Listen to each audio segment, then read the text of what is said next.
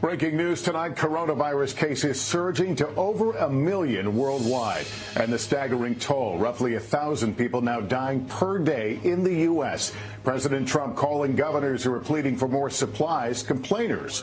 New York warning it will run out of ventilators in just 6 days. And should all Americans be wearing masks? Just in, the changing guidelines from big cities.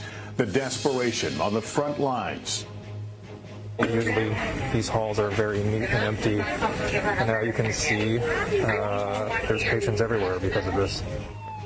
In New York City, paramedics being told if patients don't have a pulse, do not bring them to the hospital to be revived. A record-shattering 6.6 million Americans filing for unemployment just last week. Small businesses suffering, how to get that rescue money from the government, and new reporting on those relief checks for Americans, why some may have to wait months. The growing crisis for nursing homes, over 400 with cases, the agonizing choices so many families are having to make. The Navy carrier with nearly 100 infected sailors. Tonight, the captain who sounded the alarm has been fired. And the 2 cruise ships with infected passengers cleared to dock in Florida. What will now happen to the thousands on board? This is NBC Nightly News with Lester Holt. Good evening, everyone. Tonight, we're becoming crushed under a tidal wave of unfathomable numbers. By one count, over 1 million have now been infected by coronavirus worldwide since the start of this outbreak. Tens of thousands have died. Tonight, in a stunning policy reversal, New York City joining California in urging the general public to wear non-medical face coverings to stop the virus. The crisis in New York reaching a critical mass. Paramedics now empowered to make life and death decisions that were once considered unthinkable. Our team on the front lines again tonight. We start with Gabe Gutierrez. In New York City, the sounds of sirens are haunting, piercing the abnormal silence of a once bustling city. Today, the governor said the state could run out of ventilators soon. At the current burn rate, we have about 6 days of ventilators in our stockpile. But President Trump is blasting some governors across the country as he questions the need for more supplies. Some have insatiable appetites and are never satisfied, he tweeted. The complainers should have been stocked up and ready long before this crisis hit. But with a growing number of temporary morgues set up outside hospitals, healthcare workers are already grappling with life or death decisions. New York City paramedics are no longer taking patients to hospitals unless they have a pulse to ease the strain on overcrowded ERs. They are extremely short of breath. They are huffing and puffing, and you know that that person is going to tire out if you don't do something immediately. Dr. Cleveland Gilman says he never thought it'd come to this. Prior to this pandemic, I would call loved ones once or twice a month and talk about goals of care or that their family member had passed away. And nowadays, I'm doing it once or twice on a shift. New York City alone now accounts for about a quarter of all confirmed coronavirus cases in the U.S. Statistics show the poorest neighborhoods have been hit hardest. Many families, because of poverty, live together in very close quarters. One of those neighborhoods is the Bronx, where ER Dr. Ernest Patty works at St. Barnabas Hospital. We have 17 patients on respirators right now in the emergency department. Today, he shared video of his packed ER. This is definitely the biggest thing I've experienced. I've been through 9/11, Metro North disasters, flipped over tour buses. This is absolutely the worst. The death toll in the tri-state region has soared to nearly 3,000. Among the lives lost, Kim King Smith, a New Jersey hospital worker on the night shift. Her family says her smile was more infectious than the virus that took her life. Giacomina Barr Brown was a civilian employee for the NYPD. Father Jorge Ortiz of Brooklyn was the country's first known death of a Catholic priest from COVID-19. He was a father figure for everybody. I think that's what the community is going to miss the most, because they knew Father Jorge as their father, not just a priest, but as a father. James Valleco was a veteran and the mechanic for the FDNY. His wife is devastated. He was my strength, and he was a calm and quiet spirit, but I will miss that about him, because in all of my worries and troubles, he calmed me down, and I will miss that. Tonight, amid the sirens, there's another sound in the city. Firefighters applauding ambulances. The sound of gratitude. Governor Cuomo said today that there is still a growing need for bed space. And instead of housing non-COVID patients, the Javits Convention Center will now take them. Authorities are also considering whether to use Manhattan hotels to help treat the sick. Lester. Yeah, every number we tell you about is a person. And Gabe, thank you for your reporting. And across the country, we're seeing reported sharp spikes in confirmed cases, hot spots all over the place, impacting communities big and small. And there's a shocking turn tonight after an outbreak at sea. With that, here's Miguel Almaguer. With our national death toll now rising by roughly 1,000 Americans a day, tonight as the coronavirus spreads to nearly every corner of the country, FEMA has requested 100,000 body bags from the Department of Defense, perhaps a chilling indication of what's to come. I know it's difficult, but we're having a lot of suffering, a lot of death. This is going to get worse before it gets better. In Colorado, the governor warns the death rate in his state is now rising faster than any other. Writing the vice president, the situation is far worse than we imagined. Georgia's governor finally joining most of the country, issuing a stay-at-home order after declaring he just learned the virus can be transmitted from a carrier showing no symptoms, a fact the CDC declared weeks ago. Ignoring advice from doctors and the White House, roughly a dozen states, including Oklahoma, still refuse to issue a stay-at-home mandate aimed at slowing the virus. I cannot shut down and bunker in place. It sounds good and it's kind of a soundbite, but it's unpractical. Amid plans to move some 3,000 sailors off the USS Theodore Roosevelt to hotel rooms in Guam after the virus exploded aboard their ship, the Navy captain who sounded the alarm and sent a letter pleading for help has now been relieved of his command. At no time did the CO relay the various levels of alarm that I, along with the rest of the world, learned from his letter when it was published by the CO's hometown newspaper 2 days later. As hospitals everywhere face an influx of patients, a national blood shortage threatens to create another crisis. Tonight, the FDA changing their guidelines, allowing more Americans to donate. In Texas, where new cases are exploding, officials in Austin are investigating a group of 70 college students who chartered a plane to Cabo. Morgan Chesky is in Texas. Tonight, more than half of the college students in that group are now sick with the virus. Dozens are in isolation. Officials now trying to track down anyone they could have exposed upon returning home. In Hawaii, a Florida man was arrested after police say he violated the island's order for visitors to stay isolated in their hotel rooms for 14 days. With the Democratic National Convention in Milwaukee postponed until August, in California, all state residents are being encouraged to wear homemade face coverings when in public, including grocery stores. This will be the look, so let me lead as mayor. Every measure taken is aimed at saving lives. In Ohio, 3 members of the Conkey family, Lou, Judy, and son David, died within days of each other. In Indiana, Buddy Baker lost his parents and is pleading for everyone to stay home. You don't want to live this pain, and you don't want someone else to live this pain. Tonight, there are reports the White House will also recommend Americans living in coronavirus hotspots use face coverings, but not buy surgical masks that are in short supply. Lester?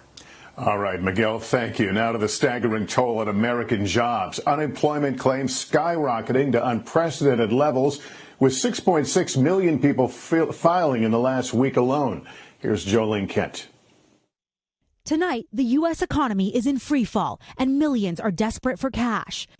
Juanita Flores and her fiancé were both furloughed from their jobs in New Mexico. We're already living paycheck to paycheck, already behind in bills. They now join the record 6.6 million Americans who filed unemployment claims last week, about double the week before, totaling a stunning 10 million in just 2 weeks. Compare that to claims filed over the past 50 years, including more than 650,000 a week at the peak of the Great Recession. The astonishing numbers reflect the new reality of businesses large and small shutting down to adhere to stay-at-home orders across the country. Families got to eat, bills got to get paid. So much uncertainty to, have to live with. I've had to file for unemployment. Andrew Paris recently lost his bartending job in Pennsylvania. He's struggling to get unemployment benefits, worried about paying an overdue medical bill for his prosthetic leg. I've called the line hundreds of times, only gotten a busy signal or disconnected. I've tried email. State unemployment offices are simply overwhelmed. Texas now has virtual chats to answer questions. New York dedicating 700 staffers working remotely to help process claims. And Minnesota is requesting people apply on certain days of the week based on the last digit of their social security number. It's building the plane as we're flying it, I think, and doing the best we can. In February, Colorado's unemployment office averaged about 1,000 calls a day. This Tuesday, 225,000 came in. They've added workers to try to keep up. Is your office able to keep this all moving forward and under control? Moving forward and under control are two words we strive for. I think we need to do the best we can every day. As for those $1,200 relief payments, they should start arriving by the week of April 13th, according to a memo from congressional Democrats. But for some who do not have direct deposit information on file with the IRS, it could take longer. But tonight, the Treasury Secretary says he wants it to be within weeks, not months. All right, Joe Ling, thanks very much. And for the millions of small businesses now shut down, owners can apply for emergency loans beginning at 12:01 tomorrow morning. Tom Costello has details for us. From two small towns in America, first-hand accounts of the crushing toll on small businesses. In Great Falls, Montana, Access Fitness Health Club is closed. Owner Keith Hamburg is not charging his 3,000 members their monthly dues, but is still paying his 41 employees. If we lost half of our members and they didn't come back, I don't see how the business would be viable past a couple of months. Across the country in Frederick, Maryland, Stover Hearth and Patio has been a family business for generations. Spring is crucial for patio sales, but they too are closed while still paying their 7 employees. It's disheartening. You see a store that was built literally brick by the generation before us, and we have never been shut down for more than a day in our 42-year history. Christy Stover says at 1 minute after midnight, she'll be online signing up for that emergency help through the Paycheck Protection Program. Businesses with 500 or fewer employees can apply for the loan offered through their existing banks or approved lenders. Repayment will be forgiven if all employees continue to be paid. But banks say there are too many unanswered questions, like are the banks responsible for ensuring a loan application isn't fraudulent? Will the federal government guarantee loans if they go bad? The intention is to get this money out, but let's put it in perspective. This is a brand new program, $350 billion, and we don't know all the rules yet. You can't do that overnight. Tonight, the nation's biggest bank, Chase, says it will most likely not be able to start processing loan applications tomorrow because it says it needs more guidance from the government. Lester? Tom Costello tonight. Thank you. We'll be back in 60 seconds with the battle on the front lines and difficult decisions for those with loved ones in nursing homes. On the front lines of the coronavirus pandemic, doctors and nurses are facing burnout from treating patients for hours on end. Here's Stephanie Gosk. Mount Sinai Emergency Room in New York City. Dr. Matthew Bai begins his shift. You can see all the rooms are filled. Usually these halls are very neat and empty. And now you can see there's patients everywhere because of this. Makes it very hard to work. Concerned for his family's safety, Bai no longer lives at home. He doesn't know for how long. This is too much. Sheena Tanis, a critical care nurse in Brooklyn, chronicles her grueling day. It is 11:15 and I'm still in the room with the patient. Doing dialysis. I'm managing drips. Managing the ventilator. It's not easy. The healthcare workers in coronavirus hotspots are exhausted. Hundreds are sick themselves. And while there are concerns about protective gear and life-saving equipment, another shortage looms: the staff themselves. We were short-staffed today. Every manager from our unit came in, and they chipped in and they did everything they could. Tens of thousands are volunteering, answering a call to help in New York. like 32-year-old nurse Jessica Fink from New Mexico, who just started working at a New York ICU. I have specifically pulmonary critical care experience, so, if anybody should be helping, it should definitely be me. For the nurses and doctors who get sick, a desire to get back on the job with possible immunity. You'll feel like you're invincible because you can deal with this crisis without anybody having to worry. No matter what happens, we never work from home. This hospital, this profession, we're in a league of our own. But also human. At the end of the day, there is little left to give. It's 12:19 and I just parked my car coming home from the shift. My face is breaking out from the mask. I look like I've aged 20 years in 2 weeks. This is too much. I don't know how much longer I could do this. Health experts say the height of the pandemic is yet to hit. The call for reinforcements may get louder. Stephanie Gosk, NBC News, New York. Yeah. The folks at the tip of the spear in this battle tonight. Nursing homes are especially vulnerable during this pandemic. Over 400 have cases nationwide. Now, many Americans are having to decide if their loved ones are safer at those facilities or at home with family. Here's Kate Snow. Overnight in Tennessee, a fourth death at this center. In New Jersey, 1/4 of nursing homes now have cases. And at Manhattan's Mary Manning Walsh home, more than 200 residents are infected. PPE in such short supply, staff are wearing one gown for a whole 8-hour shift, sometimes wearing rain ponchos or beautician gowns. I need gowns and I need face shields, and I needed them a week ago. It's so bad, CEO Scott LaRue is telling families this. So if you have the ability to take a loved one home safely, that is certainly going to be a safer environment. I wished that I could, but it's just not possible given his needs. Pam Loshak's 87-year-old father, Elliot, a Navy veteran, lives there and needs round-the-clock care. She just learned her dad is complaining of body aches. If he gets sick, what's your worry? That's a really tough question. That I won't be able to see him or say goodbye or even talk to him on the phone. Could he survive if he got COVID-19? No way. The American Healthcare Association says it would not encourage people to move their loved ones because on balance, it's often more risky. But families like this one in Minnesota are reuniting at home. And in New Jersey, John Barras brought his 85-year-old mother, Joan, from an assisted living center to his home with one health aide. So is she safer here? It just seems intuitive that the chance of the virus getting in is vastly lower here. I heard that now your physical therapy is going up the stairs. Yes. Up and down? That's helping too. Twice a day. Good job.